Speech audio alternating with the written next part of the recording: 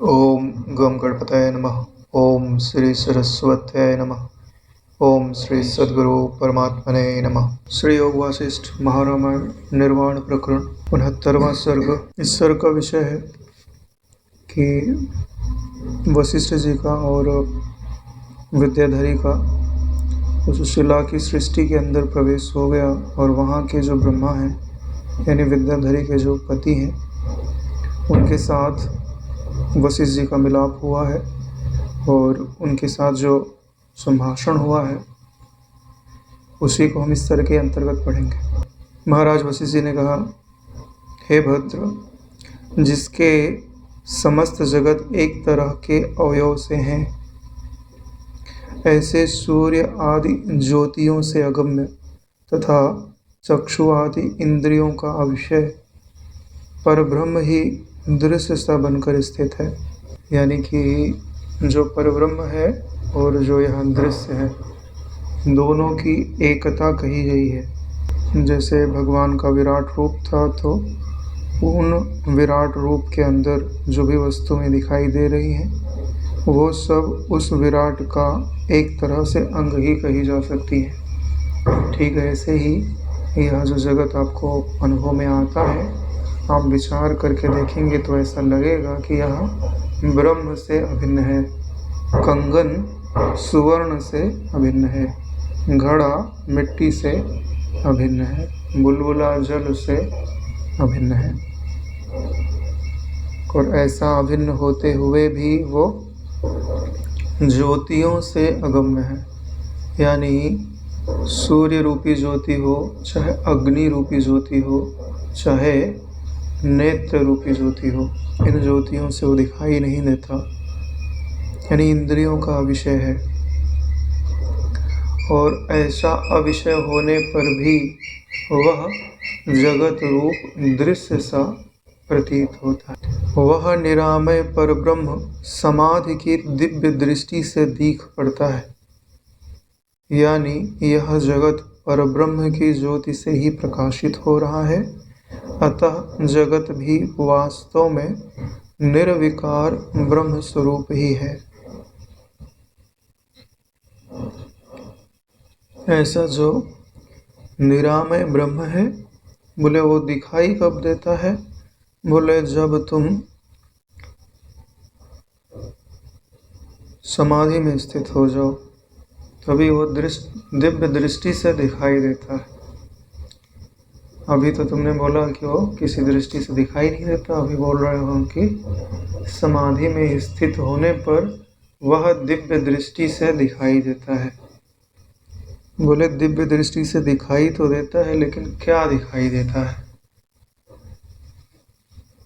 ब्रह्म दिखाई नहीं देता दिव्य दृष्टि से, ब्रह्म का ही जो आदिवाहिक रूप है वो दिखाई देता है। और जिसको ब्रह्म से अभिन्न समझना अत्यंत आसान होता है। जैसे पर्दे पर दृश्य दिखाई दे रहे हैं, उन्हें पर्दा रूप समझना अत्यंत आसान है, लेकिन इस जगत में जो प्राणी दिखाई दे रहे हैं उनको आकाश रूप समझना अत्यंत कठिन है। ठीक है, ऐसे ही जब समाधि की दिव्य दृष्टि प्राप्त हो जाती है तो दिखने वाली आकृतियों को या दिखने वाली सृष्टियों को ब्रह्म अभिन्न समझना अपेक्षाकृत आसान हो जाता है। इसीलिए बोला जा रहा है कि दिव्य दृष्टि से वो दिख पड़ता है। यानी दिव्य दृष्टि से आकृतियों को बाधित करना आसान हो जाता है। पर्वत, नदियां, झरने तथा लोक लोकांतर आदि के जितने ब्रह्म हैं वे सब उसी ब्रह्म में दिख पड़ते हैं। यानी जितने नदियां, झरने, लोक लोकांतर हैं ये सब उसी परब्रह्म में दिखाई पड़ते हैं। और बोलते हैं है कैसे? बोले ब्रह्म रूप है। ब्रह्म की जगह पर आप सदैव मन को रख सकते हो, चाहे आप ब्रह्म रूप बोल दो चाहे मनोरूप बोल दो, दोनों एक ही बात होती है, क्योंकि आप में जो ब्रह्म है वही मन है और मन जो कुछ भी दिखाता है वह ब्रह्म मात्र ही होता है। मन को छोड़ करके देखो तो जो दिखाई देगा वो ब्रह्म होएगा। बोले मन को हमने छोड़ दिया तो हमारी तो दृष्टि ही बंद हो जाती है। ऐसी बात नहीं है कि मन के बगैर आप देख नहीं सकते। मन को जो देख रहा है वो कौन है? वो मन से रहित है तभी तो देख रहा है। हाँ, तो वही शेष है। ये महाकाश रूपी उत्कृष्ट दर्पण में प्रतिबिंबित हैं। यानी यह जो पूरा दर्पण है जिसे हम परब्रह्म रूप से समझते हैं, उसी में ये जो सारा जगत दिखाई देता है उसी महाकाश रूपी दर्पण में प्रतिबिंबित। आप दर्पण हो, शरीर की आकृतियां, मन के भाव आदि सब उसी दर्पण में प्रतिबिंब मात्र। इतना ही ज्ञान है। अपने आप को दर्पण समझो तो तुम सदैव मुक्त हो, सदैव बंधन से रहित हो। अगर उसी में विश्राम करने लग जाओ तो तुम सदैव तृप्त हो। तृप्ति के लिए थोड़ा ज़्यादा प्रयास है, मुक्ति के लिए उतना ज़्यादा प्रयास नहीं है। जैसे ही समझ लेते हो वैसे आपको पता तो चल जाता है कि मैं मुक्ति स्वरूप हूँ। सत, चित और आनंद। हम ऐसे तो बोलते हैं कि सत, चित और आनंद, लेकिन है कैसा? सत, आनंद और चित। सत और चित के बीच में आनंद निवास करता है। इन्हीं को महासरस्वती, महालक्ष्मी और महाकाली के रूप में समझा जाता है। सत से शक्ति का और महालक्ष्मी से भक्ति का और चित्त से मुक्ति का अर्थ समझा जाता है। यानी चित्त शब्द का साक्षात्कार हो जाए तो तुम मुक्ति का अनुभव करने लगते हो, और सत तत्व का साक्षात्कार हो जाए तो तुम शक्ति का अनुभव करने लगते हो, शक्ति संपन्न हो जाते हो। और जब महालक्ष्मी का यानी आनंद तत्व का साक्षात्कार होता है तब तुम भक्ति का यानी आनंद का अनुभव करते हो। यही इन तीनों का अर्थ होता है। और जब तुम्हें आनंद तत्व का साक्षात्कार नहीं हुआ है तो भक्ति की जगह पे भोग का अनुभव होता है, मुक्ति की जगह पे बंधन का अनुभव होता है, और शक्ति की जगह पर ये जो आप संसार में आने जाने वाली शक्ति है उनको प्राप्त करने का भ्रम होता है। यानी आभासमान शरीर आदि के बल का अभिमान होता है जब सत तत्व का बोध नहीं है। तो जहाँ भक्ति होना चाहिए, जहाँ आनंद होना चाहिए, वहाँ भोग का अभिमान होता है, और जहाँ मुक्ति होना चाहिए वहाँ अभिमानवश बंधन का अभिमान होता है, अनुभव होता है। तो जो ये दृश्य रूप में हमको दिखाई देते हैं ना, इनको तत्व रूप में समझना चाहिए। आगे कहते हैं, हे श्री राम जी, तदनंतर अबाध गति वाली यह विद्याधरी उस शिला के पेट में स्थित जगत में प्रविष्ट हो गई। यानी जो विद्याधरी थी, जो वशिष्ठ जी को अपना जगत दिखाने के लिए लेके जा रही थी कि आप मुझे और मेरे पति को उपदेश दीजिए कि हम दोनों मुक्त हो जाएं। तो अब वशिष्ठ जी की भी गति हो गई कि उनको भी वो जगत दिखाई देने लग गया। तो पहले विद्याधरी प्रवेश करती है। यहाँ पे क्या लिखा हुआ है? अबाध गति वाली, यानी उसकी गति कैसी है कि इसको रोका नहीं जा सकता। क्योंकि आपकी गति कब रोकी जा सकती है? जब आपकी दृष्टि स्थूल हो। जिसकी दृष्टि स्थूल नहीं है उसको रोका नहीं जा सकता। जैसे आकाश को रोका नहीं जा सकता ना कि तुम इस वस्तु में प्रवेश मत करो, वो पहले से ही प्रविष्ट है, तुम क्या रोकोगे? ऐसे ही जो चिदाकाश तत्व है वो सब में पहले से ही प्रविष्ट है, और जिसने चिदाकाश तत्व के साथ एकता कर ली है उसकी गति को रोकने वाला कोई नहीं। जब वह विद्याधरी उस जगत में प्रविष्ट हो गई तो वशिष्ठ कहते हैं कि संकल्प रूप में भी उसके साथ उसके भीतर प्रविष्ट हो गया। विद्याधरी के साथ वशिष्ठ जी भी उस शिला के अंदर प्रविष्ट हो गए। हे श्री राम जी, तदनंतर उद्यमशील तथा परम शोभा वाली वह विद्याधरी वहाँ के ब्रह्मलोक में जाकर ब्रह्मा जी के सम्मुख बैठ गई और बैठकर मुझसे कहने लगी। यानी कि जो विद्याधरी है वो उद्यमशील है। उद्यमशील क्यों कह रहे हैं कि वो धारणा आदि को उसने सिद्ध किया, वशिष्ठ जी के पास गई, उनसे प्रार्थना किया, यहाँ लेके आई, उनकी दृष्टि अवरुद्ध थी तो उनको बोला कि आप समाधि में स्थित होइए। तो ये सब उसकी उद्यमता का ही तो सूचक है। इसलिए उसके लिए क्या बोल रहे हैं कि वो उद्यमशील है और परम शोभा वाली है, बाहर से देखने में भी और अंतःकरण से भी अत्यंत शोभा को धारण किए हुए है। जब लोग भीतर में गए तो उन्हें बहुत सारे लोग भाष्य होंगे, तो उन सारे लोगों को पार करते हुए ब्रह्मलोक में जा पहुंचे और ब्रह्मा जी के सम्मुख जा करके वो जो विद्याधरी है वो बैठ गई और मुझसे कहने लगी, यानी वशिष्ठ जी से कहने लगी, हे मुनिश्रेष्ठ, ये मेरे पति हैं। जो सृष्टि के ब्रह्मा जी थे, जिनको विद्याधर बोल सकते हो, हालांकि विद्याधर नहीं थे, ये मेरे पति हैं, ये मेरी रक्षा करते हैं और विवाह के लिए इन्होंने मन से ही मेरा उत्पादन किया था, यानी विवाह के लिए इन्होंने अपने संकल्प से ही मेरा निर्माण किया था। यद्यपि अब ये पुरुष बूढ़े हो गए हैं और मैं भी बूढ़ी हो गई हूँ। यानी बूढ़े होने का तात्पर्य है कि बहुत सारा समय इनको बीत गया है और मुझे भी बहुत सारा समय बीत गया है। तथापि आज तक मेरे साथ इन्होंने विवाह नहीं किया, फिर भी इन्होंने मेरे साथ विवाह नहीं किया। इससे जब विवाह नहीं किया तो आदमी को जब रस प्राप्त नहीं होता है तो निरसता को धारण कर लेता है। तो अब बोल रही है कि इसी से मुझे वैराग्य हो गया और इन्हें भी वैराग्य आ गया है। ऐसी उसकी दृष्टि है। ऐसी दृष्टि वास्तव में सत्य नहीं है। जो इनके पति हैं या जिनको यह अपना पति मानती है, उनकी दृष्टि कुछ विलक्षण है और ये अपने मन से ही यह बातें सोच रही है। ये उस परम पद में जाने की इच्छा रखते हैं जहाँ न कोई दृष्टता है, न दृश्यत्व है, न शून्यता ही है। ये बातें हमें अपने लिए समझनी है कि हमें भी ज्ञान विचार के द्वारा कहाँ जाना है, ऐसे परम पद में जाना है ना जहाँ पे दृश्य है और दृश्य ना होने से ना जहाँ दृष्टता है।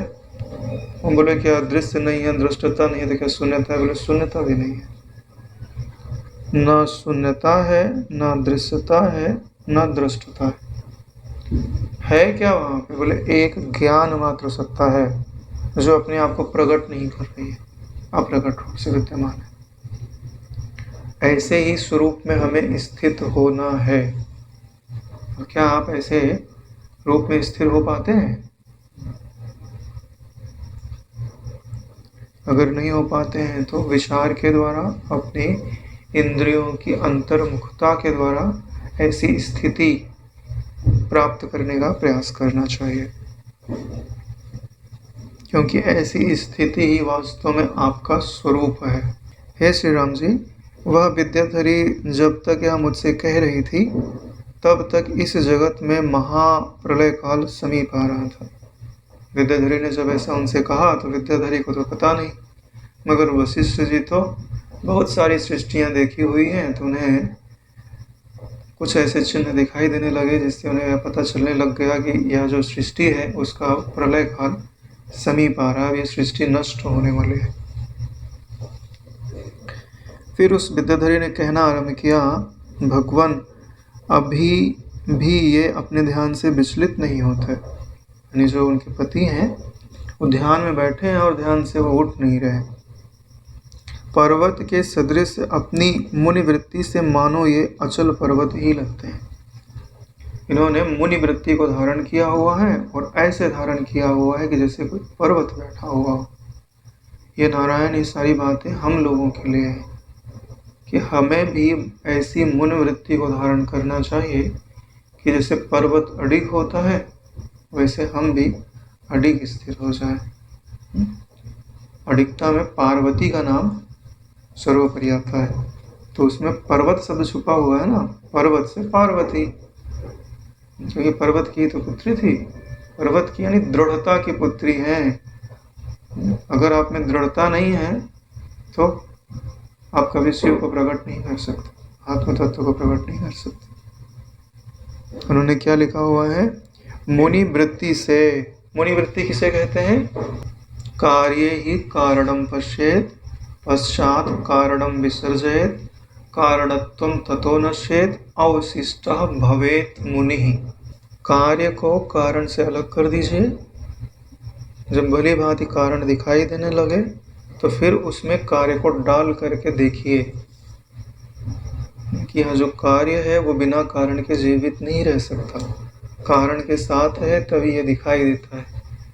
कारण से अलग करने पर यह कल्पित हो जाता है। जब ऐसा देखने लग जाएंगे, समझ में आ जाएगा, अनुभव होने लगेगा, तो जब अनुभव होने लग गया तो पश्चात कार्यम विसर्जय, फिर कार्य को उठाया, बोले इसमें कंगन ना पहले था ना अभी है ना बाद में होगा। जब ऐसा तुमने समझ लिया तो जिस पदार्थ में तुमने कारणता का आरोप किया था उसमें कारणता नष्ट हो जाती, यानी वो उसका कारण था ही नहीं। जैसे यह जो आकाश है वो सदैव आकाश है। तुम्हारे घड़े के बनाने के कारण घटाकाश बन नहीं गया, वो तुम्हारी दृष्टि में बना है। आकाश की दृष्टि में वो कभी विभाजित ही नहीं होता, न कभी घटाकाश बनता है, न मठाकाश बनता है, न महाकाश बनता है। तो जो कहते हो अवशिष्टः भवेत् मुनि। जब कारणता भी हट गई तो जो शेष रहता है उसी को परम ब्रह्म परम पद कहते हैं। और ऐसी जो विचारधारा है, ऐसा जो मनन कर रहा है, उसको मुनि कहते हैं। और इस विचारधारा को मुनि वृत्ति कहते हैं। इसलिए क्या लिखा हुआ है? मुनि वृत्ति से मानो ये अचल पर्वत ही लगते हैं। अब आपको पता चल गया कि मुनि वृत्ति धारण कैसे की जाती है। ये श्लोक याद कर लीजिए, अपरोक्ष अनुभूति का है, वृत्ति ज्ञान में लास्ट में दिया हुआ है।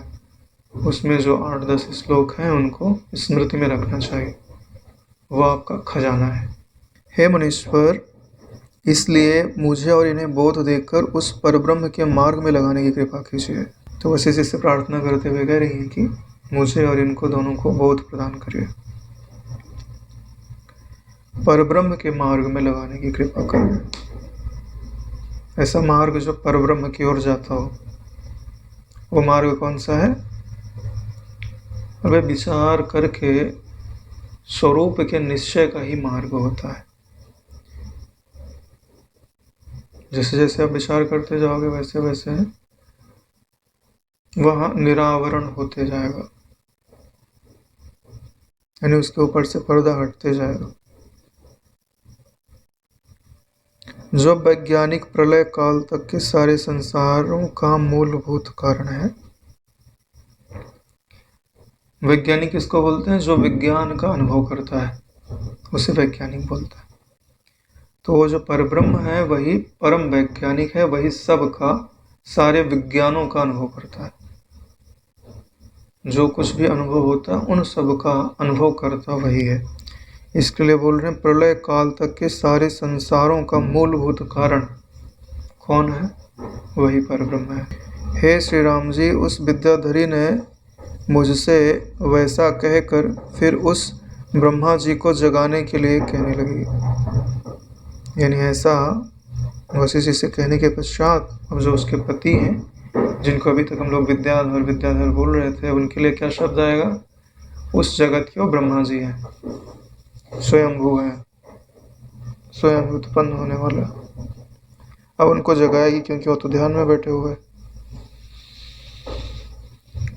बोलने लगी कि हे स्वामिन, आज अपने इस घर में ये सबसे मुनियों के श्रेष्ठ महाराज वशिष्ठ जी पधारे हैं। ये मुनि दूसरे जगत रूपी घर में रहने वाले ब्रह्मा जी के पुत्र हैं। यानी कि आप अब जाके आपके घर में तो जो सारे मुनि हैं उनमें से जो परम श्रेष्ठ मुनि हैं वो वशिष्ठ जी पधारे हुए हैं।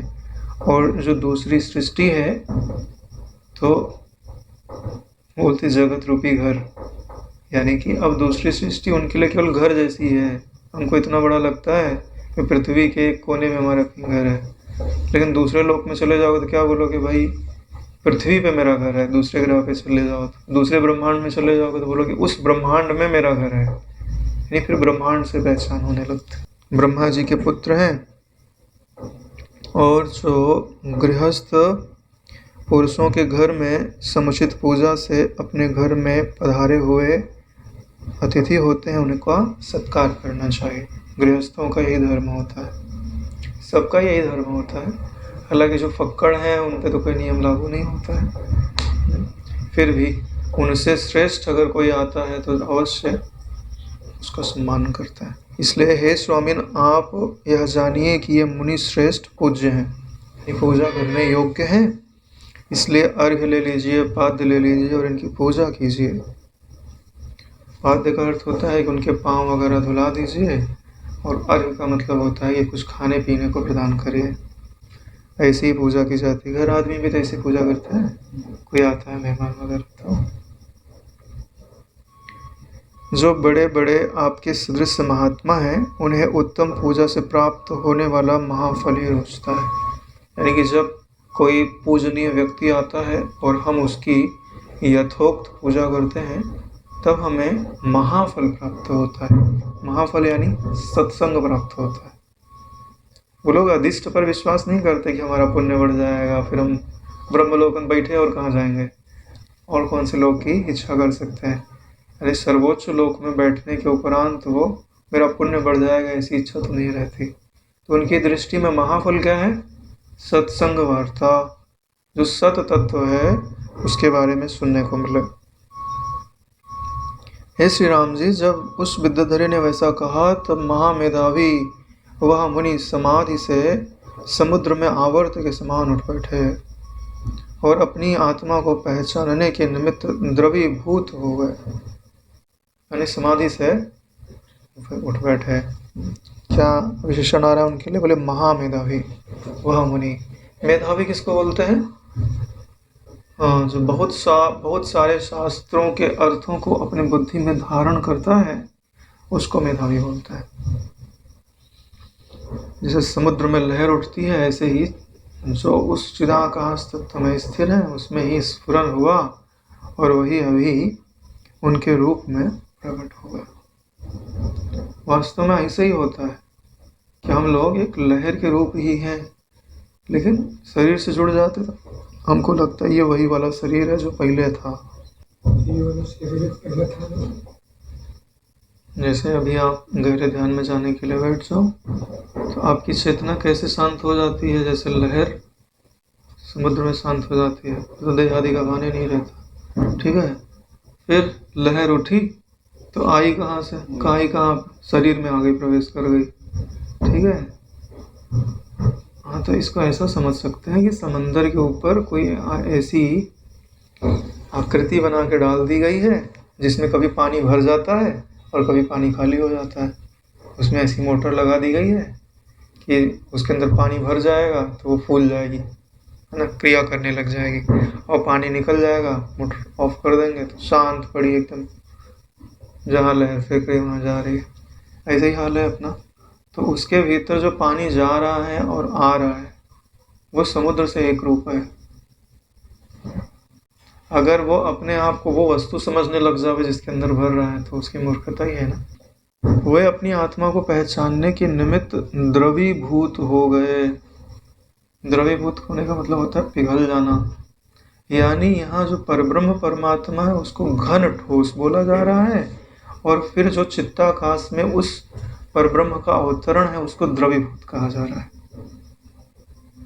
ठीक है, अरे भाई कुछ विचार उचार होगा तब तो अपनी आत्मा को पहचाना जाएगा। चिदाकाश में हो तो पहचानने और ना पहचानने का कोई अर्थ ही सिद्ध नहीं होता। जब तुम चित्ताकाश में आते हो तभी यह बोला जाता है कि तुम अपने स्वरूप को पहचानते भी हो कि नहीं पहचानते हो। समाधि में तो इसका कोई प्रश्न ही नहीं है। सुषुप्ति में तो ज्ञानी जन और अज्ञानी जन एक जैसे ही है, दोनों को कुछ सुधार ही नहीं रहा। तदनंतर धीरे से उस नीतिज्ञ विद्वान ने अपने नेत्र उस तरह खोले जैसे बसंत ऋतु में शिशिर में शांत पृथ्वी पर पुष्प रूपी अपनी आंखें खोलता है। यानी कि शांत पर ब्रह्म भली भांति शांत थे, तो उन्होंने नेत्र कैसे खोला? जैसे बसंत ऋतु में फूल खिल जाते हैं। इसका मतलब है कि जब शिशिर ऋतु आई थी तो वो पुष्प जो है वो शांत होकर के समाहित हो गए थे, और बसंत आते ही उन्होंने नेत्र खोल दिए। हाँ, तो जब तक संसारी जन आसपास रहते हैं तब तक आपके लिए शिशिर ऋतु ही है।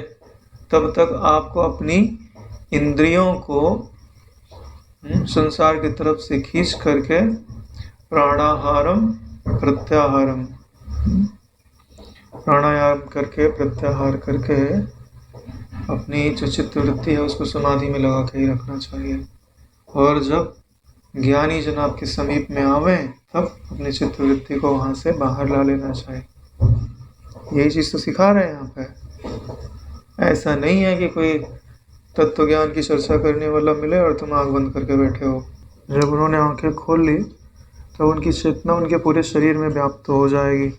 तो धीरे धीरे उनकी जो चेतना थी उनके समस्त हाथ में, पैर में, अंग अंग में अपने ज्ञान को प्रकट करने लग गई। यानी वो चेतना से युक्त होने लग गए। वो बोले कैसे युक्त होने लग गए? जैसे बसंत में पेड़ पौधा में जो नवीन रस होता है वो पौधे में पूरी तरह से भर जाता है। और जैसे ही उन्होंने आंखें खोली तो जैसे फूल खिलता है तो भौरे तितलियां सब मंडारने लगते हैं। ठीक वैसे ही जितने देवता थे, सिद्ध थे, अप्सराएं थी, उनके चारों तरफ आधमकी धमकी लिखा हुआ है, आधमकी यानी आ गए। और यही स्वभाव भी होता है, यही नियम भी है जो ऊपर के लोक आदि होते हैं। क्योंकि जैसे सूर्य निकलता है तो सूर्य का प्रकाश लेने के लिए लोग घरों से बाहर निकल आते हैं। ऐसे ही जो ऊर्जा का स्रोत है, शांति का स्रोत है, सुख का स्रोत है, जैसे गुरु जी निवास स्थान से बाहर निकल जाए सारी भीड़ इकट्ठा हो जाती है, पता चल जाता है सबको बापू जी बाहर आ गए।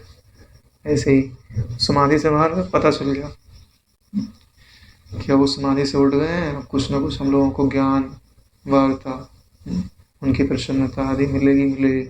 शिव जी भी सब समाधि से उठते हैं, तब जितने भूत गण हैं सब आ जाते हैं। बोले कि अब शिव जी उठे हैं ना कुछ मिलेगा सबको। तो जिसका जो मनोवांछित अर्थ होता है उनके दर्शन मात्र से ही सिद्ध हो जाता है। उनको एक एक को कुछ देने की ज़रूरत नहीं होती। जैसे सूर्य को किसी को, हाँ ये पौधा तू मेरी इतनी रोशनी ले ले, है ना, ये मनुष्य तू इतनी ले ले, किसी को देने की जरूरत थोड़ी ना होती। तो वशिष्ठ जी कहते हैं, हे श्री राम जी, उस ब्रह्मा ने सामने उपस्थित हमको और विलासिनी उस रमणी को देखा। यानी ब्रह्मा जी ने आंखें खोली और वशिष्ठ जी को भी देखा है, और वो जो रमणी थी उनको भी देखा। और देखने के बाद उन्होंने यह वचन कहा, और वचन कहने के पहले क्या बोलते हैं, उनका वचन ओंकार पूर्वक स्वरोच्चार के कारण बड़ा ही रम्य लगता था। सबसे पहले उन्होंने ओंकार का उच्चारण किया है, और जो भी वार्ता कर रहे हैं उसमें ओंकार शब्द का संपुट लगा हुआ है। बार बार वो ओंकार शब्द बोलते रहता है, क्योंकि ये संत पुरुषों का स्वभाव होता है। वास्तव में ओम शब्द, केवल अकेला ओम शब्द ही आपको पूर्ण तत्वबोध कराने में समर्थ है। इसका अर्थ अगर आपको भली भांति समझ में आ जाए तो ओंकार से ही 24 अक्षरों वाली गायत्री का प्रादुर्भाव होता है, और उन्हीं से चारों वेदों का प्रादुर्भाव होता है। यानी सारा ज्ञान वास्तव में ओंकार में ही निहित है। उसका अर्थ समझने वाला होना चाहिए। सिलोदर जगत के ब्रह्मा जी ने कहा, यानी शिला में रहने वाले ब्रह्मा जी ने कहा, हे हाथ में आंवले के सदृश असार संसार के तत्व को जानने वाले, यानी वशिष्ठ जी के बारे में कह रहे हैं कि इसे हाथ पे आंवला रखा जाता है तो हाथ पे रखा हुआ लोग हम चारों तरफ से देख सकते हैं, भली भांति जान सकते हैं। ठीक वैसे ही हे वशिष्ठ जी, आप यह जो जगत है, यह जो असार जगत है, इसमें जो सार वस्तु छिपी हुई है आप उसको जानने वाले हो। यानी एक दृष्टि में ही उन्होंने वशिष्ठ जी को पहचान लिया। आप जो है ज्ञान रूपी अमृत बरसाने वाले महामेघ हो। जैसे मेघ जो है पानी बरसाता है, ऐसे ही आप अमृत रूपी ज्ञान बरसाते हो, यानी जो मरी हुई चीज़ों को जीवन दे देता है। यानी हमारा जो अहंकार है ना, जो पल पल पे मर रहा है, उसको शाश्वत जीवन मिल जाता है नारायण, फिर आपका अहंकार मरता नहीं है, हालांकि वो अहंकार रह ही नहीं जाता है। हे मुने आपका स्वागत हो, यानी आपका जो आना है वो हमारे मंगल के लिए है। स्वागत यानी सुआगत, सु यानी सुखद परिस्थिति, आपके आने से जब सुखदता घटे तब उसका स्वागत किया जाता है ना।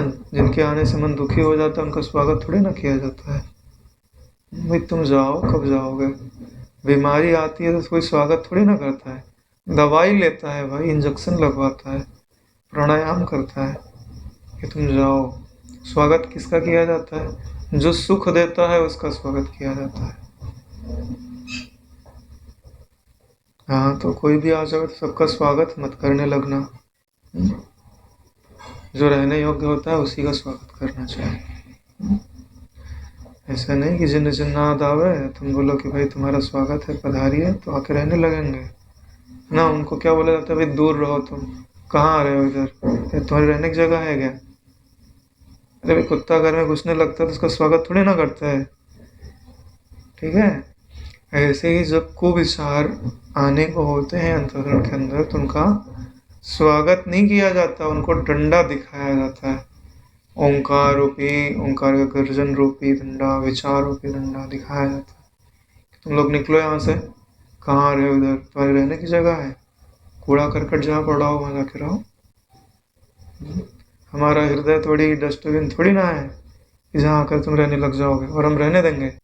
हे मुने, आप इस अति दूरवर्ती स्थान में पधारे हैं, अतः लंबे मार्ग के कारण आप थक गए होंगे, तो आप इस आसन पर बैठिए, विराजमान हो जाइए, आराम करिए। वशिष्ठ जी इसका मतलब है तब तक बैठे नहीं थे जब तक उन्होंने नेत्र नहीं खोला। ये बड़ी चीज़ होती है। जब किसी के घर में आप जाओ तो जब उसका मुख्य व्यक्ति आता है तभी बैठना चाहिए। क्यों?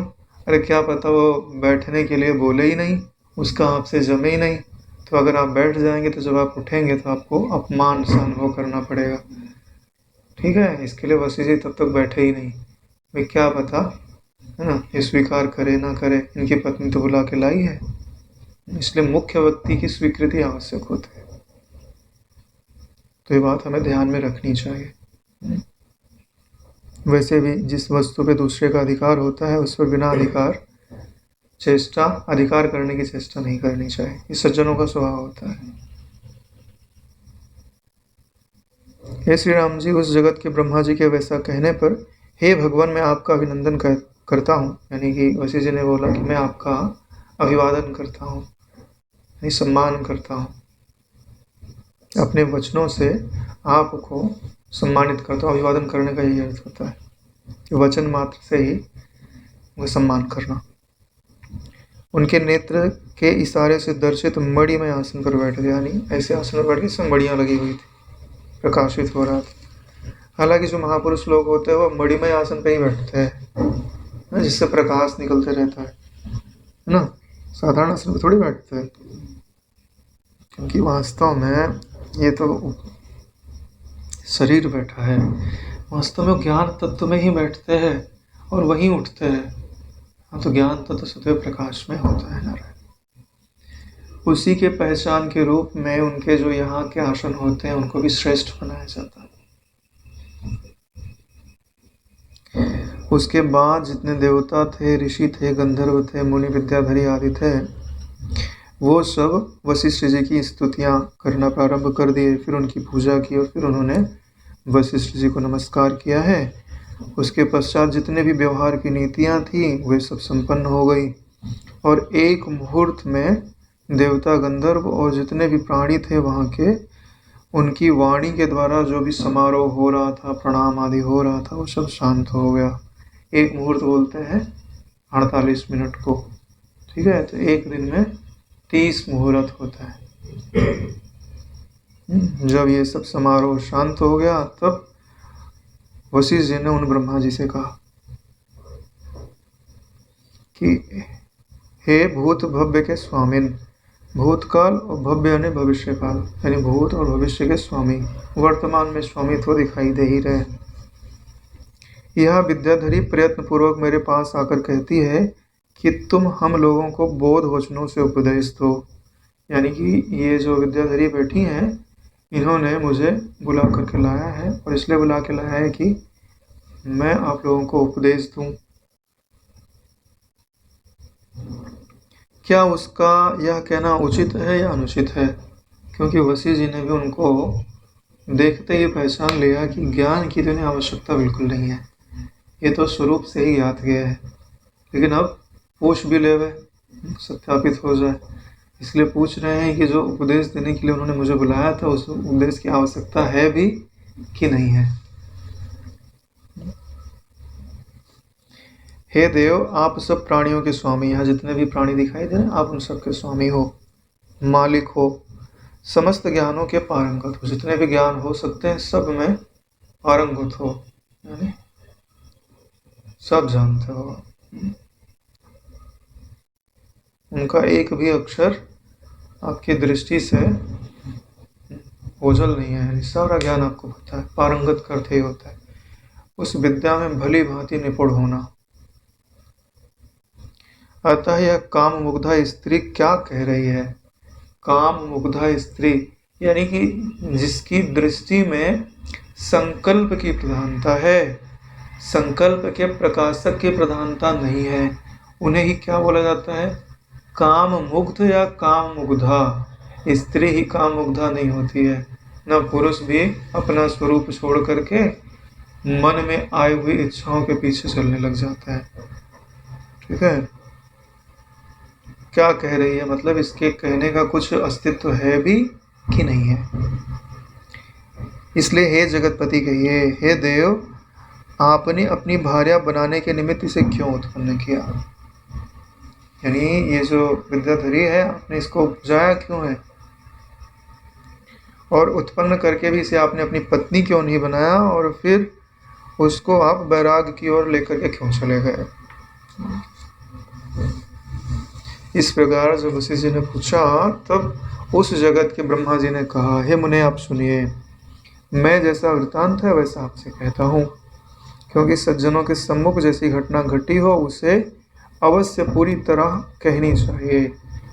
क्योंकि जब तक आप उनके सामने पूरी तरह नहीं कहेंगे तो वे उसके बारे में वो यथोक्त बात भी आपको कैसे बता पाएंगे। जब डॉक्टर के पास जाते हैं तो सारी बात बतानी पड़ती है कि भाई मैंने क्या क्या खाया था, है ना। छिपा तो सकते नहीं है, फूड पॉइजनिंग हो गई तो क्या क्या खाया था, वैसे तो इलाज करेगा वो। महाराज वशिष्ठ जी, ऐसी एक कोई मुख्य वस्तु है जो अज शांत अजर त्रिकाल में बाधित नहीं होने वाली है, इसी का नाम चिति है। इस चिति के एकमात्र प्रकाशन स्वरूप से मैं उत्पन्न हुआ हूँ। यानी इतना बोलते ही तो वशिष्ठ जी को एकदम कंफर्म हो गया कि ये तत्ववेत्ता है। यानी जिसे अपनी उत्पत्ति का मूल पता होता है तो उसे क्या पता है? कुतः आयातः, को मैं जननी को मैं तातः। यानी क्या मेरी माता कौन है, पिता कौन है, मैं कहाँ से हम, ये तो पता है, तो को हम ये भी पता होगा, उसका उत्तर भी आगे मिल जाएगा। तो वास्तव में यहाँ पे चिति शब्द लिखा हुआ है ना। क्यों लिखा हुआ है? क्योंकि स्फुरित चिति ही होती है, इसलिए परब्रह्म नहीं लिखा हुआ है। लक्षण परब्रह्म के लिखे हुए हैं, लेकिन शब्द चिति लिखा हुआ है। एक ऐसी मुख्य वस्तु है जो अज है, यानी अजन्मा है, शांत है, यानी जिसमें वृत्तियों का कोलाहल नहीं है, अजर है जो कभी नष्ट नहीं होती, जीर्ण नहीं होती है, और त्रिकाल में बाधित नहीं होती है। सपने की तरह थोड़ी है कि जागृत आने से खत्म हो जाएगा, जागृत थोड़ी है कि सपना आने पे खत्म हो जाएगा, और जागृत और सपना थोड़ी है कि सुसुप्ति आने पे खत्म हो जाएगा, और सुसुप्ति थोड़ी ना है कि जागृत आने पे खत्म हो जाएगा। तीनों को आश्रय देने वाली सत्ता है, उसी का नाम चिति है। वही चिति जब प्रकाशन में आने लगती है, यानी किसी चीज को प्रकाशित करने लगती है, तो संसार खड़ा हो जाता है, जगत खड़ा हो जाता है, या स्वयंभू ब्रह्मा खड़ा हो जाता है। ठीक है, इसलिए क्या लिखा हुआ है? एकमात्र प्रकाशन स्वरूप से मैं उत्पन्न हुआ हूँ। अगर चिति में प्रकाशनता नहीं होती तो ये कभी उत्पन्न नहीं होता। प्रकाशनता समझ रहे हैं ना, कुछ प्रकाशित करना चाहना, लेकिन उसके सिवाय कोई दूसरा है ही नहीं, तो किसको देखेगी? तो क्या देखती है? कल्पना। तो ही तो जगत है। जैसे कमरे में कोई ना होवे, बोले यार हमको किसी से मिलना है, तुम क्या करोगे? उस व्यक्ति की कल्पना ही करोगे ना कि आया हुआ है, हम बात कर रहे हैं, मनोराज्य ही तो करोगे। कोई नहीं है तो। हाँ, तो कोई था नहीं तो चिति ने मनोराज्य करना प्रारंभ किया। उन्हीं चिति के मनोराज्य के रूप में ये स्वयंभू ब्रह्मा प्रकट हुए। उक्त ज्ञान से बाधित अपनी उत्पत्ति, अपना नाम आपके लिए कैसे सिद्ध हो सकता है? यानी सिद्ध ही नहीं हो सकता है, तो उसके बारे में क्या कहता है? हे भद्र, मैं चिदाकाश स्वरूप ही हूँ। बता दिया ना को हम, मैं कौन हूँ? चिदाकाश स्वरूप हूँ। हम सब चिदाकाश स्वरूप ही हैं। वास्तव में हम सब शब्द बाधित है, चिदाकाश स्वरूप ही है। ये तो आकृति को लेके बोला जाता है ना, मैं हूँ, ये है, ये है, ये है, सबको मिला लिया, हम सब हैं। ये तो आकृति को लेके बोला जा रहा है। आकृति सदा रहेगी। अभी नींद आ जाए, गहरी नींद में सो जाओ, कोई नहीं, तुम तो हो। कहाँ ये लोग? सदा अपने स्वरूप में ही स्थित हूँ। सदा अपने स्वरूप में ही स्थित हूँ ना। जो विचार नहीं करते हो, क्या बोलते हैं कि हमने स्वरूप को समझ तो लिया है, अभी स्थिति करना बाकी है। ठीक है, तो इनके लिए ऐसा नहीं है। बोलते हैं कि दो आवरण बताए जाते हैं, अस्तपादक और अभानापादक। बोले सत्संग सुन लिया, विचार कर लिया, तो अस्तपादक आवरण तो हट गया, लेकिन अभानापादक आवरण तो है। ठीक है क्या अभानापादक आवरण? अरे नारायण, जब आप ठीक से विचार करोगे तो अस्तपादक और अभानापादक दोनों एक साथ ही हटते हैं। हाँ, जब तुम शब्द ही मात्र समझोगे तो उसके लिए कोई क्या कर सकता है? ठीक है।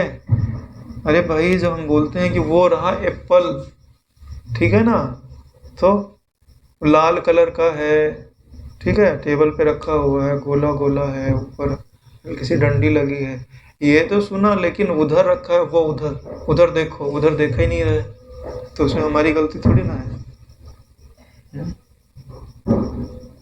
भाई, वो फल भी उपलब्ध हो, उसका ज्ञान भी उपलब्ध हो, तो अस्तपादक भी गया, अभानापादक भी गया, पकड़ो और खा लो, झंझट खत्म हो गया।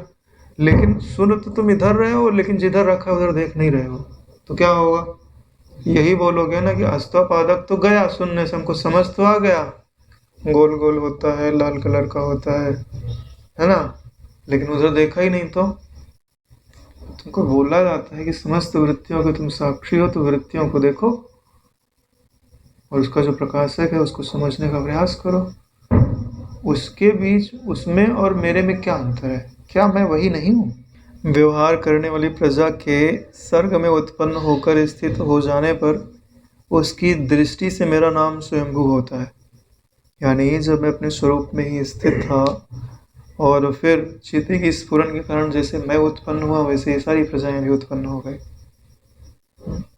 और उनकी दृष्टि से मेरा नाम स्वयंभू है। वास्तव में मेरा नाम स्वयंभू नहीं है, जो उपजा है उसका नाम स्वयंभू है। चिदाकाश तत्व तो कभी उपजता ही नहीं है नारायण।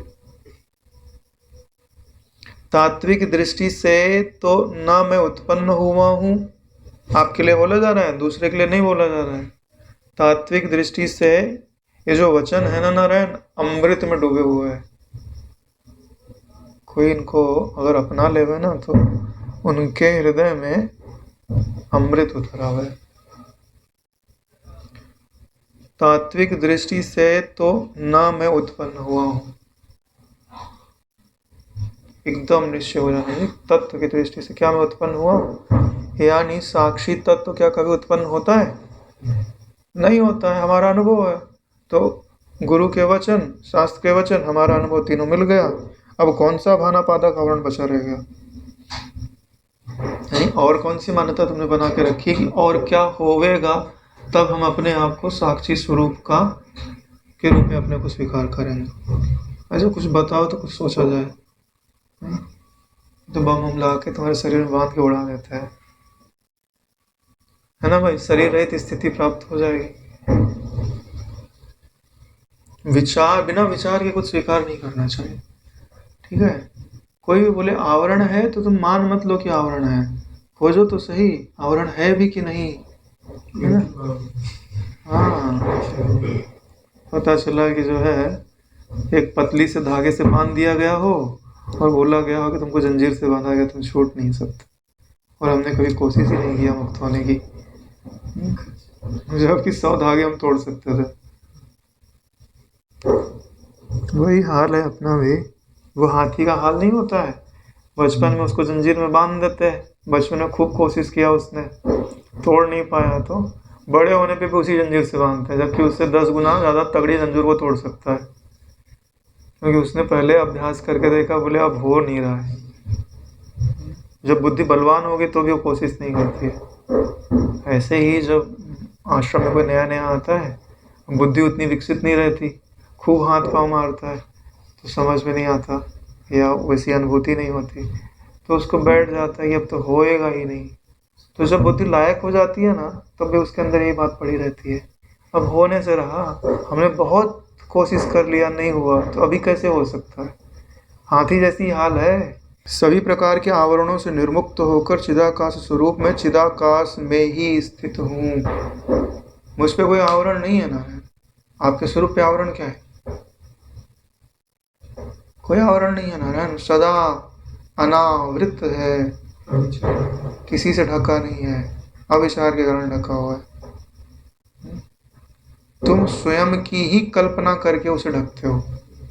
जैसे किसी वस्तु का तुमको पता ना ही हो कि हम इसी को खोज रहे हैं, और तुम्हारे बाजू में ही रखी हुई है, और तुमने ट्रंक खोला, भाई हम इसमें ढूंढ लेते हैं, ट्रंक का जितना कपड़ा था उठा उठा के उसी वस्तु के ऊपर रखते जा रहे, ठीक है। फिर जब जिसको समझती आया तो उसने देखा कहाँ ढूंढा, बोले यहाँ यहाँ देखा, बोले हटाओ कपड़ा, जब हटाया तो बोले यही तो रखा, यही तो थी। अरे बोले यही थी, इसको तो मैंने कब का ढक दिया, कपड़े निकाल निकाल के उसके ऊपर मैंने डाल दिया। हम भी यही करते हैं नारायण। वो एकदम अनावृत है, अपने मैं के रूप में हर पल अनुभव में आ रहा है। सबसे पहले उसका अनुभव होता है, फिर किसी और का अनुभव होता है, और उसको भी हम क्या बोलते हैं कि हमको इसका अनुभव नहीं हो रहा है। अभाना पादक आवरण है। काहे का अभाना पादक आवरण है तुम्हारे पास? वास्तव में तो भान पहले है, ज्ञान बाद में होता है। तो ये बोलना ही उल्टा है कि पहले पर्दा हटता है बाद में भान होता है। पहले भान होता है, यानी भान पहले है, ज्ञान बाद में है। विचार का ये बल है। देखो पूरा सिस्टम ही उलट दिया। ब्रह्मा जी बोल रहे हैं कि मैं चिदाकाश रूपी हूँ, तब यह प्रश्न उठता है, तो अगर आप चिदाकाश रूपी ही हैं तो ये जो दो ब्रह्मज्ञानी बैठे हुए हैं उनकी चर्चा कैसे हो रही है? तो इस प्रश्न के उत्तर में कहते हैं कि हे भद्र, जो यह तुम मेरे आगे और मैं तुम्हारे आगे मैं हूँ, यानी मैं इधर बैठा हूँ, आप इधर बैठे हो, जो दो शरीरों से दिखाई दे रहे हैं, यह जो अपना परस्पर प्रश्नोत्तर रूप संभाषण है, यानी जो हम परस्पर एक दूसरे से बातें कर रहे हैं, एक दूसरे के प्रश्न का उत्तर दे रहे हैं, वह तो उस तरह का है जिस तरह का एक ही समुद्र में एक तरंग के आगे दूसरा तरंग हो। जैसे एक तरंग उठा और उसके सामने दूसरा तरंग उठा, दोनों ही जल रूप ही है, देखने मात्र कुछ काल के लिए आकृतियां अलग है, फिर से दोनों एक में ही शांत हो जाएंगे। वही एक समुद्र तरंग द्वारा परस्पर आघातों से ध्वनि करता हो, और यही मेरा सिद्धांत है। मेरा सिद्धांत है यानी यही मेरा निश्चय। अभी अभी निश्चय कर लीजिए, है ना। बोलने वाली एक तरंग, सुनने वाली एक तरंग, दोनों जल रूप ही है। जल ही बोल रहा है, जल ही सुन रहा है, जल ही अच्छा है, जल ही बुरा है, जल ही अपना है, जल ही पराया है। तो ये जो अपना पराया सब छूट जाएगा, जल ही जल रह जाएगा। एक ही व्यक्ति पे अच्छे पने और बुरे पने दोनों का आरोप नहीं हो सकता नारायण। या तो मीठा ही लगेगा या तो तीखा ही लगेगा, नहीं तो बोलेगा तीखा पना और मीठा पना मिथ्या है। हे भद्र, इस प्रकार समुद्र से जनित तरंगों के सदृश थोड़ी मात्रा में कल्पित अपनी और दूसरे की दृष्टि से देखे जाने वाले भेद रूप तथा समयवश अपने स्वरूप के थोड़े से विस्मरण के कारण अस्वच्छ रूप हुए चिदाभास रूप मुझमें जो स्वभाव से मैं और मेरी ये वह वासना ही इस कुमारी को और तुम्हें अन्य सी भासती है, परंतु मुझे तो अनन्य ही भासती है। वह वासना हम दोनों पुरुषों की दृष्टि से उदित है और उदित नहीं भी है। यानी जो अन्यता भाषित हो रही है वो किस कारण से भाषित हो रही है कि थोड़ा सा स्वरूप का विस्मरण है, यानी चिदाकाश तत्व से हल्का सा नीचे आते हैं और जो स्फुरण हो रहा है उसको स्वीकार करते हैं।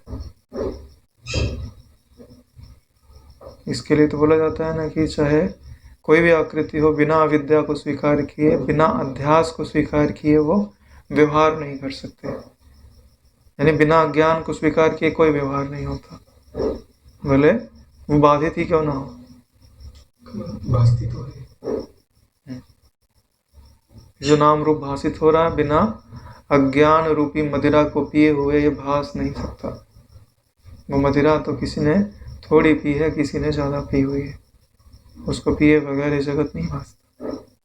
इसलिए क्या बोल रहे हैं कि अपने स्वरूप के थोड़े से विस्मरण के कारण अस्वच्छ रूप चिदाभास रूपी मुझमें, यह जो चिदाभास है यानी आने जाने वाला ज्ञान है, जिसको हम जीव बोलते हैं, या प्रकाश में आने वाला जो ज्ञान है, प्रकाशित होने वाला जो ज्ञान है उसी को चिदाभास बोलते हैं। प्रकाशित करने वाला जो ज्ञान है उसी को चिदाकाश बोलते हैं। तो वही अस्वच्छ रूप है ना, ये सारी मलिनता उसी में है। तभी तो जीव बोलता है कि मैं दुखी हूँ, मैं बंधन में हूँ, मैं स्वर्ग में हूँ, मैं नरक में हूँ।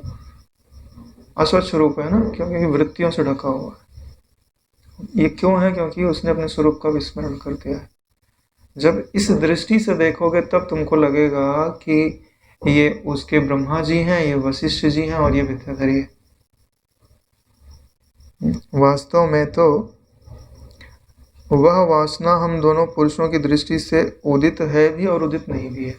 वासना का मतलब यह जो स्फुरण दिखाई दे रहा है कि ये ब्रह्मा जी बैठे हैं और ये मैं बैठा हूँ, यह भी एक प्रकार की वासना है। वासना यानी अपने स्वरूप पे आवरण है।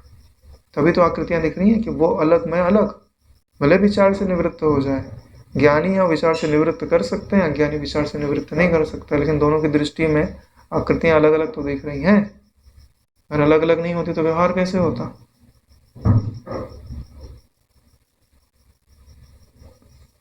हे भद्र, मैं तो अपने को अविनाशी सत्ता वाला हूँ ऐसा समझता हूँ, क्योंकि मैं कभी उत्पन्न नहीं हुआ, हम भी कभी उत्पन्न नहीं हुए। ठीक है, हमारी भी सत्ता अविनाशी है। आत्मरूप मैं अपने स्वरूप में स्थित हूँ। हम सब भी अपने स्वरूप में स्थित हैं। शरीर में हमारी स्थिति नहीं है, मन में भी हमारी स्थिति नहीं है, बुद्धि में भी हमारी स्थिति नहीं है, अहंकार में भी हमारी स्थिति नहीं है। इन सब की कल्पित स्थिति हम में है। ठीक है, पहले इन सबको अलग कर दो अपने से और अपने को यथावत आकाशवत व्याप्त देखो, और फिर इन सबको उठा के अपने में कल्पित रूप से रख दो। रखना है तो रख दो, नहीं रखना है तो निर्वाण है ना। चित्तवृत्ति को आपस ही मत आने दो, झंझट खत्म। प्रारब्ध होगा तो बलात आ जाएगी, कोई रोक नहीं सकता। जो चीज़ आपके हाथ में है ना वो कर लो, जो चीज़ आपके हाथ में नहीं है उसका आग्रह करने की जरूरत नहीं है। आकृति संयुक्त होना यह दुखदाई नहीं है, आकृति से अहमता या ममता हो जाना यह दुखदायक। कितना भी रूप भास है उससे क्या दिक्कत है? आकृति से जुड़ने पे दुख होता है। नहीं तो पिक्चर तो लोग देखते ही है, सुख के लिए देखते हैं नारायण, दुख के लिए थोड़ी ना देखते हैं। स्वभाव से ही मेरा आकार अविनाशी है, मैं स्वात्म राम हूँ, स्वयं प्रभु, अपने आप में ही आराम पा रहा हूँ। स्वयं प्रभु हूँ मतलब सब काम करने में स्वयं ही समर्थ हूँ। प्रभु का अर्थ होता है जो दूसरे में जितने भी कार्य होते हैं उन करने में जो समर्थ हो, किसी के पराधीन न हो। जब आप ऐसे विशुद्ध हैं तब यह कैसे उत्पन्न हुई, असल में यह है क्या, इस पर कहता है हे वशिष्ठ जी, उक्त विशुद्ध स्वरूप मुझको पूर्व पूर्व के अहंकार के संस्कार से उत्पन्न स्मृति जैसी, यानी मैं तो विशुद्ध स्वरूप हूँ, फिर ये जगत और ये जो विद्याधरी है कैसे बनी, उसका उत्तर देते हुए कहते हैं कि जब पूर्व काल का अहंकार था और उसमें जो है कुछ संस्कार थे स्मृति के, या कभी ऐसी उनका इच्छा रही होगी कि मेरी ऐसी सृष्टि हो, ऐसे लोग हों, तो पूर्व काल की जो इच्छा थी ज्ञान होने के बाद भारी पड़ गई। ठीक है, चिदाकाश तत्व में निमग्न रहते, लेकिन पहले की जो इच्छा थी उसने प्रपंच खड़ा करा दिया। इसलिए सोच समझ के इच्छा करनी चाहिए। जो आपकी इच्छा है वो ज्ञान होने के पश्चात आपको परेशान करेगी, क्योंकि पूरी तो होगी, संकल्प करके रखा है ना। इसलिए बोल रहे हैं कि मुझको पूर्व पूर्व के अहंकार के संस्कार से, पूर्व जब अज्ञान काल था तब जो संस्कार थे उनसे उत्पन्न स्मृति जैसी, जैसे पहले की कोई बात याद आवे तो अहम भ्रांति, ये मैं ब्रह्मा हूँ, ये क्या है, अहम भ्रांति ही तो है। चिदाकाश तत्व को छोड़ करके मैं ब्रह्मा हूँ, तो ये अहम भ्रांति हुई ना। जगत स्थिति, यानी जगत भी है, ऐसी वासना हो गई। वासना हो गया यानी स्फुरन हो गया। उसकी अधिष्ठात्री देवता ही यह शरीर होकर स्थित है। जब ऐसी वासना हुई तो उसी का जो अधिष्ठात्री देवता है तो वही जो है ब्रह्मा होकर के स्थित हो गया। ये देवता रूप में स्फुरित हुए ना, मानव रूप में तो स्फुरित हुए नहीं है। मनुष्य होते तो मनुष्य के रूप में कहा जाता, अब देवता के रूप में कहा जाता। अधिष्ठात्री शब्द क्यों बोला जा रहा है, हालांकि यहाँ पे अधिष्ठाता बोलना चाहिए था, अधिष्ठात्री लिख दिया है तो स्त्रीवाचक है। क्या समझा जाना चाहिए, अधिष्ठाता देव। क्यों, क्योंकि ये सब को स्थान प्रदान कर रहे हैं ना, अधिष्ठान मुख्य स्थान प्रदान कर रहे हैं, इसलिए अधिष्ठाता देव बोला हुआ है। तो ये रही इनकी बात। अब इनकी भार्या की बात बताते हैं। हे भद्र, यह वासना की अधिष्ठात्री देवी ही बैठी है, जो विद्याधरी है ना, जो मुझ में स्फुरन था कि ऐसा होवे, उसी इच्छा के कारण ये उत्पन्न हो गई।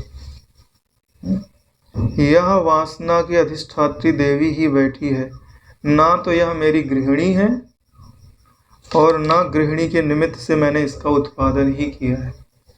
ये मेरी पत्नी उतनी नहीं है और ना पत्नी बनाने के लिए मैंने इसको उत्पन्न नहीं किया था। ये तो पूर्व काल का कोई संकल्प था, कोई इच्छा थी जो अभी जाकर के उपज गई अपने आप। अहम भ्रांति उपजी, जगत की स्थिति उपजी, जगत की स्थिति उपजने के कारण मैं जो है इसका अधिष्ठाता देव बन गया और ये अधिष्ठात्री देवी बन गई। और उसी वासना को इसने संभाला हुआ है, और उसी वासना को संभालने के कारण इसमें वासनाएं दिखाई दे रही हैं। उसी के वासना से जितने जीव है ना, सब वासनावान हो गए, उसी की वासना के कारण हुए। चूंकि यही भीतर की समस्त जगत की वासना है, जितना जगत उनके भीतर दिखा है ना, समस्त जगत की वासना वही है। इसलिए अपनी वासना के आवेश वश से यह मैं ब्रह्मा की पत्नी हूँ, इस तरह की भावना को अपने ही मन की इच्छा से प्राप्त हुई है। यानी मैंने नहीं बोला कि तू मेरी पत्नी है, इसने अपनी ही वासना से, अपनी ही इच्छा से ऐसा समझा कि मैं इनकी पत्नी हूँ, और उसे प्राप्त कर निरर्थक ही अत्यंत दुख को प्राप्त हो गई है। यानी ऐसी इच्छा कर ली, तब क्या इच्छा बनी कि मेरे पति है तो मुझसे विवाह करे, मेरे साथ घूमे फिरे, हंसी मजाक करे, तो हमेशा वेदाध्ययन में लगे रहते, स्वरूप के अनुसंधान में लगे रहते। तो उस इच्छा के कारण जो सुखदायक पदार्थ थे उसको भी सुखदायक नहीं लगते थे, दुखदायक लगते थे, है ना। तो उसमें कारण क्या था, उसकी इच्छा नहीं होती तो दुख भी नहीं होता ना। ठीक है, यहीं पर 69वां सर्ग समाप्त होता है। आज ही विश्राम लेते हैं।